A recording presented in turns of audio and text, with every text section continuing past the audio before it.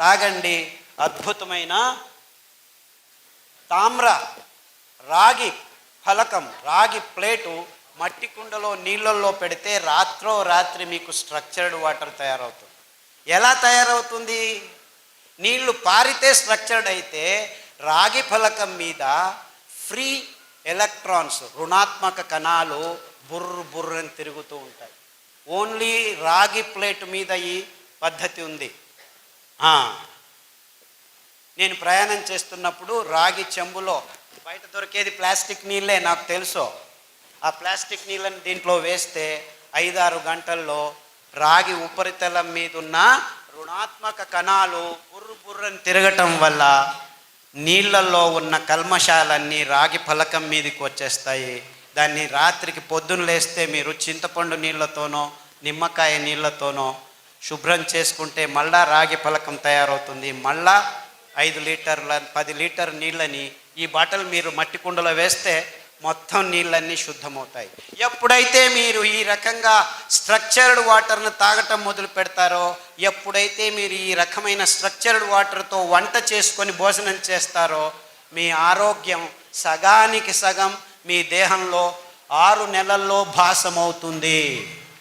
దీనికి ఆ రాగి ప్లేట్ 100 రూపాయలు 200 రూపాయలు మీకు పనికి వస్తుంది, మీ పిల్లలకు పనికి వస్తుంది, మీ మనవాళ్లకు పనికి వస్తుంది, మీ ముని మనవాళ్లకు పనికి వస్తుంది, ఇంకా ముని మనవాళ్లకు పనికి వస్తుంది. ఒక్క నయా పైసా ఖర్చు లేదు. మీరు 200 రూపాయలు ఖర్చు పెడితే ఇప్పుడు తరతరాలు మీ కుటుంబంలో శుద్ధమైన స్ట్రక్చర్డ్ వాటర్ని తాగేదానికి వీలవుతుంది.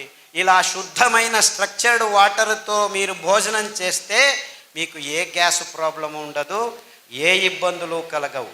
ఇంత చిన్న విషయాన్ని ఏ శాస్త్రజ్ఞులు విడిచి చెప్పేదానికి ముందుకు రావట్లేదు. ఎందుకు? మీకందరికీ బాగా అయితే మాకు డబ్బులు ఎలా వస్తాయి బాబు?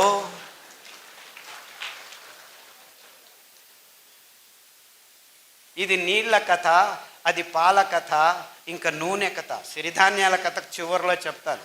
ఎందుకంటే అది మూలం. అది దానివల్ల అన్ని రోగాలు దూరం అవుతాయని మేము 1000 మందికి బాగు చేసి ఇలా చెయ్యెత్తి అందరికీ చూడండి బాబు, మీరు ఇది తినకపోతే రోగము, ఇది తింటే ఆరోగ్యము అని. నన్ను అందరూ ఆహారంలోనే ఔషధం ఉందా అని అడుగుతున్నారు. లేదు లేదు లేదు, ఆహారంలో ఆహారం మాత్రమే ఉంది. ఔషధం అనే పదం వచ్చిందంటే నీకు రోగం వచ్చింది అని. రోగానికి ఔషధానికి సంబంధం ఉంది, ఆహారానికి ఆరోగ్యానికి సంబంధం ఉంది, అనారోగ్యానికి సంబంధం లేదు. ఆహారము ఆహారమే, ఆహారం మందు కాకూడదు. మందు మందే. అది ఏ మందైనా నీకు రోగం వచ్చిన తర్వాత మందు, రోగం రాకుండా ఉంటే అది ఆహారం. అంటే ఆరోగ్యం నీకు ఆహారంలో ఉంది. నీకు ఆరోగ్యం లేదంటే నీ ఆహారం సరిగ్గా లేదు అని అర్థం.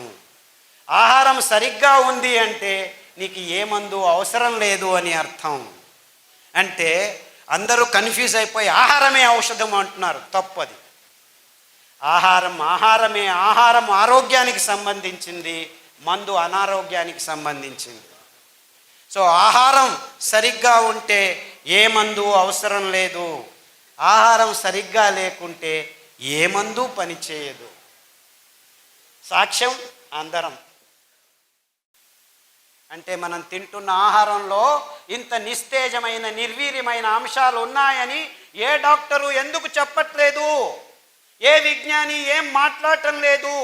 పాలు తాగద్దండి అని ఈ బయోకెమిస్టులు ఎందుకు చెప్పట్లేదు? చక్కెర తినద్దండి అని ఈ డాక్టర్లు ఎందుకు చెప్పట్లేదు? లేదు లేదు, పెప్సీ తాగండి అని షారూఖ్ ఖాను, కోక్ తాగండి అని ఆమీర్ ఖాను, లేదు లేదు పైనుంచి వస్తాను సల్మాన్ ఖాన్ థమ్స్అప్. అందరూ అమ్ముతుండేది 100 mlలో 45 గ్రాములు చక్కెర. అంటే మీరు ఒక పెప్సీ తాగితే మీ దేహంలోకి 45 గ్రాముల చక్కెరని తోస్తున్నారనమాట 2 నిమిషాల్లో. మీకు కావాల్సింది రక్తంలో 5 గ్రాములు చక్కెర సరిగ్గా ఉంటే. 5 గ్రాముల చక్కెరని మీరు ఖర్చు చేయాలంటే 1 గంట నడవాలి. అంటే మీరు ఒక పెప్సీ తాగితే ఎన్ని గంటలు నడవాలి? 9 గంటలు నడవాలి. బియ్యం 100 గ్రాములు తింటే మీకు 35 గ్రాములు చక్కెర వచ్చేస్తుంది హాఫ్ అన్ అవర్లో. గోధుమలు తింటే 15 మినిట్స్లో వచ్చేస్తుంది. 2 పుల్కాలు తింటే చాలు. ఓహో, డాక్టర్ చెప్పాడు నూనె వద్దంట, వేడి వేడి పుల్కాలు తిన్నాం, డ్రై పుల్కాస్. మీరు డ్రై తిన్నా వెట్ తిన్నా పుల్కా పుల్కానే, చక్కెర చక్కెరేనే. డ్రై పుల్కాలు తిని ఎంతమంది ఆరోగ్యంగా ఉన్నారు? I want to see.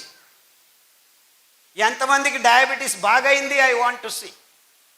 Diabetes వచ్చిన వెంటనే చపాతీ తిను. ఉత్తర భారతదేశంలో అందరూ చపాతీలే తింటున్నారు, మనకంటే ఎక్కువ రోగం ఉంది అని ఎవరు అడగట్లేదు. అంటే ఈ గోధుమలు, ఈ బియ్యము, ఈ పాలు, ఈ చక్కెర మనకు అసమతులనాన్ని కనిచేస్తున్నాయి.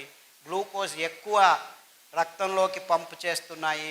15-20 నిమిషాల్లోనే ఇంతింత గ్లూకోజ్ పోతుంది. మన దేహంలో రక్తంలో ఉండాల్సింది 5 గ్రాముల కంటే ఎక్కువ ఉంటే అసమతులనం. ఎక్కువైతే విషం కూడా, అమృతం కూడా విషం. నాకు దిక్కు తిరుగుతుంది. ఎక్కువైతే అమృతం, గ్లూకోజ్ కావాలి.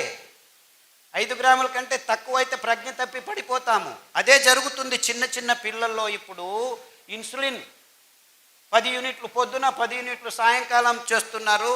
రక్తంలో గ్లూకోజ్ లేకుండా ప్రజ్ఞ తప్పి కోమాకు వెళ్ళిపోతున్నారు. ఓ, ఇదంతా ఏం పారగలేదు, బాగలేదు, మేము హైటెక్ చిప్పు రెడీ చేశాము, ఎంత గ్లూకోజ్ కావాలో అంత గ్లూకోజ్ను లోపలికి తీసుకెళ్లే ఇన్సులిన్ను మాత్రమే రిలీజ్ చేస్తుంది, తొడలో పెడతాము, వారం వారం వచ్చి కియోస్క్లో కూర్చొని మొబైల్ లాగా ఛార్జ్ చేసుకుని ఇన్సులిన్ మొబైల్ లాగా ఛార్జ్ కూర్చోవాలి. 3 గంటలు కూర్చుంటే ఇన్సులిన్ లోపల పోతుంది. తర్వాత 1 వారం తిరగచ్చు, మళ్ళా పోయి మళ్ళా కూర్చోవాలి, మొబైల్ లాగా ఛార్జ్ చేసుకుంది. ఆ చిప్పు పెట్టేదానికి 3 లక్షలు, ప్రతిసారి ఛార్జ్ చేసేదానికి 3,000. ఇది అరే, ఎందుకు ఆ చిన్న పిల్లవాడికి గ్లూకోజ్ ఎక్కువ అవుతుంది రక్తంలో?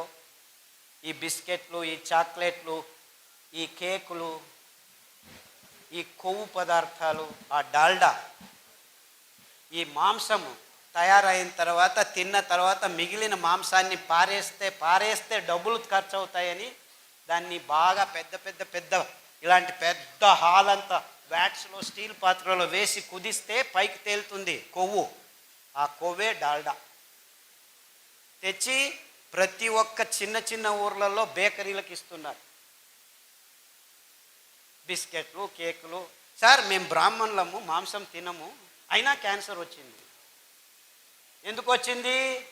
పొద్దున్న లేస్తే కాఫీలో బిస్కెట్ అద్దుకొని తింటున్నావు, రస్క్ అద్దుకొని తింటున్నావు. ఆ రస్క్లో 100కి 40 గ్రాములు ఈ డాల్డా ఉంది. ఆ డాల్డా ఎక్కడి నుంచి వచ్చింది? ఈ రీతి తయారు చేసిన కోళ్ళ మాంసం నుంచి, పందుల మాంసం నుంచి, ఆవుల మాంసం నుంచి, రోగ నిరోధక శక్తి లేని ఆ పందుల నుంచి, ఆవుల నుంచి, కోళ్ళ నుంచి వచ్చిన కొవ్వులో వైరస్లు ఉన్నాయి, కెమికల్స్ ఉన్నాయి. అవి తినటం వల్ల నీ దేహంలో క్యాన్సర్ చోటు చేసుకుంటుంది. ఈ సోయాబీను, ఈ మొక్కజొన్నలను కలిపి తయారు చేసిన పశుగ్రాసాన్ని తినటం వల్ల దానిలకు రోగం వచ్చింది. దానిలను తిని నీకు రోగం వస్తుందని ఎవ్వరూ చెప్పట్లేదు. అందుకే క్యాన్సర్ గడ్డలు చిన్న చిన్న పిల్లల్లో, ఎముకల మీద, రక్తంలో, గర్భకోశంలో, మెదుళ్లలో ఇలా 15 రకాల క్యాన్సర్లకి మేము ఆహారము, కషాయాలను తయారు చేసి లిస్ట్ రెడీ చేశాము. చాలామందికి బాగా అయిన తర్వాత 14 ఆ పుస్తకంలో అన్ని లిస్టు చేసి ఏ క్యాన్సర్కి ఏ ఆహారం, ఏ కషాయం ఉదయం, ఏ కషాయం మధ్యాహ్నం తాగాలి అని వివరంగా రాసి పెట్టాము. ఆ పుస్తకాన్ని చూసుకొని బాగు చేసుకున్నామని ఫోన్ చేసేవాళ్ళు ఇప్పుడు దుబాయ్, కువైట్, అమెరికా, న్యూజిలాండ్ నుంచి నాకు ఫోన్ చేస్తున్నారు. సార్, మాకు ఇది బాగా అయింది, మాకు కషాయాలు దొరకట్లేదు, ఎండిపోయిన ఆకుల్ని కషాయాలుగా తాగవచ్చా? మా అమ్మా నాన్న వాళ్ళు దాన్ని ఎండబెట్టి పొడి పంపిస్తారంట. లేదు బాబు, మీ దేశంలోనూ కొన్ని కషాయాలు చెప్తాను, మీ దేశంలో దొరుకుతున్న ఆకులని పేర్లు రాసి పంపించు అని చెప్తే, మాకు డిల్ వీడ్ దొరుకుతుంది, మాకు పార్స్లీ దొరుకుతుంది, మాకు పైన్ ఆకులు దొరుకుతాయి, మాకు మేపుల్ ఆకులు దొరుకుతాయి అని చెప్తే, మీరు కూడాను మింట్ లీఫు, మింట్ అంటే పుదీనా, బేసిల్ అంటే తులసి, మన దేశంలో తులసిలాగే అక్కడను బేసిల్ అని ఉంటుంది. డిల్ వీడ్ అంటే సబ్బకి సొప్పు, సబ్బకి ఆకు, శతపుష్పి అంటారు. దాన్ని తాగండి కషాయాలుగా. పైన్ లీవ్స్ అని మనకు ఈ రావి చెట్లు, అక్కడ పైన్ చెట్లు ఎక్కడంటే అక్కడ పెరుగుతుంటాయి. ఆ పైన్ లీవ్స్ కషాయాలు తాగండి, ఈ క్యాన్సర్ గడ్డలన్నీ కరిగిపోతాయని చెప్తే, ఆ కషాయాలు తాగి ఈ సిరిధాన్యాలను తిని అందరూ హ్యాపీగా ఉన్నారు. ఇక్కడ కాదు, ఎక్కడున్నా కానీ రోగం రోగమే. ఎక్కడైనా ఈ సిరిధాన్యాలు మీ దేహాన్ని శుద్ధం చేస్తాయి. ఎందుకంటే దేవుడు మానవ కులానికి కావాలి అని సిరిధాన్యాల్ని అన్ని చోట్ల తయారు చేశాడు. ఇప్పుడే తెచ్చిచ్చాడు రైతన్న. ఇదే అండుకొర్రలు. దీన్ని అందరూ నిర్నామం అయిపోయి ఉన్నాయి. నేను 20 సంవత్సరాల క్రితం నేను ఆలోచించి, ఇంత అద్భుతమైన ధాన్యం నాశనం అవుతుందని పరిగెత్తుకొచ్చి విత్తనాలు తీసుకొని, ఇన్ఫ్యాక్ట్ అమెరికాలో పెంచుతున్నారు ఇది ఇప్పటికీ. ఏం చేస్తున్నారు వాళ్ళు తినటం లేదు, పక్షులకు వేస్తున్నారు. They are growing tons and tons of it. కొలరాడాలో మొన్న పోయి వచ్చాను టెక్సాస్కి. అక్కడి నుంచి we have lots of this అంటున్నారు. ఏం చేస్తున్నారా? పక్షులకు వేస్తున్నాను. మీరేం తింటున్నారా? పందులు తింటున్నాము అంటున్నారు. పందులు తిని రోగాలు వస్తున్నాయి. ఎన్ని రోగాలంటే పార్కిన్సన్స్ అంట పేరు. అంటే ఏమిటి? నీ పేరేం పేరు? భార్యను అడుగుతున్నాడు భర్త. ఎప్పుడు పెళ్లి చేసుకున్నాను నేను? ఒక 20 నిమిషాలు మర్చిపోతాడు, వాడికి తెలియదు ఎక్కడున్నాడు అని. ఇది మా ఇల్లా? ఎప్పుడు నువ్వెవరు? 20 నిమిషాల తర్వాత జ్ఞాపకం, నేను మా ఇంట్లోనే ఉన్నాను అంటే తనను తాను మర్చిపోయే రోగాన్ని అమెరికాలో అతి ఎక్కువగా తయారు చేస్తారు. క్యాన్సర్ అవంతా అయిపోయాయి, చాలా అందరికీ. They are not important now. Parkinson's, Alzheimer's అంటే మతిమరుపు రోగాలు. అంటే తనను తాను గుర్తించుకోలేని నీచ స్థితికి, ఈ ఆహారం వల్ల తాను దిగజారుతున్నానని తెలుసుకోలేని బుద్ధిమాంద్యానికి ఈ అభివృద్ధి చెందిన దేశాలు పోతూ ఉంటే, వాళ్ళని చూసి మనం నేర్చుకుంటున్నాము, if they are fools we are idiots.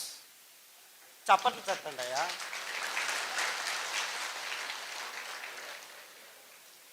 మనం చేయాల్సింది ఇంతే. పార్కిన్సన్స్ మన దేశంలోనూ మెల్లిగా మొదలైంది. ఇప్పుడు 100కి 6 మందికి మన దేశంలోనూ పార్కిన్సన్స్ వచ్చేసిందని చెప్తున్నారు. By 2025 it will be 18%.